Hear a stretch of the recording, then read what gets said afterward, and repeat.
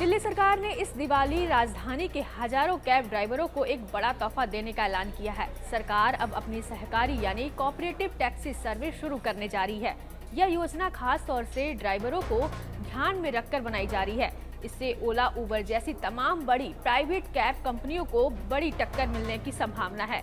ऐसा इसलिए क्योंकि अभी तक ओला और उबर जैसी कंपनियां ड्राइवरों से हर राइड पर 25 से 30% तक कमीशन काट लेती है, जिससे ड्राइवर्स की कमाई बहुत कम रह जाती है।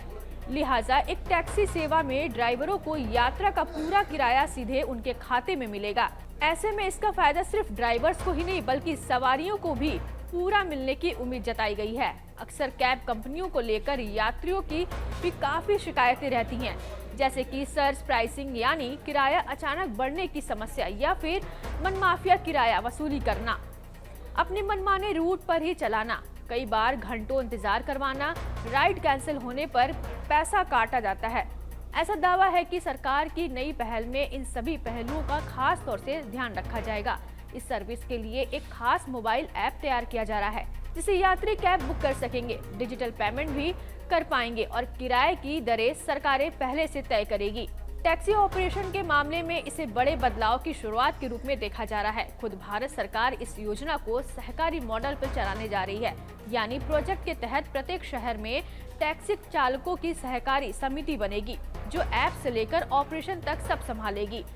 इसमें सिर्फ वही ड्राइवर शामिल होंगे जो सिमिस के सदस्य होंगे। पूरे प्रोजेक्ट की निगरानी सहकारिता मंत्रालय करेगा, यानी सरकार इसे शुरू करने में मदद और तकनीकी सहयोगी दे रही है।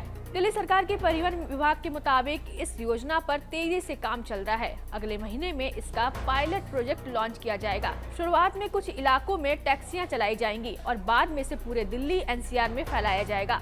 इतना ही नहीं, इसके तहत ड्राइवरों को बीमा, वाहन मेंटेनेंस और इलेक्ट्रिक टैक्सी खरीदने पर सब्सिडी जैसी सुविधाएं भी मिलेंगी।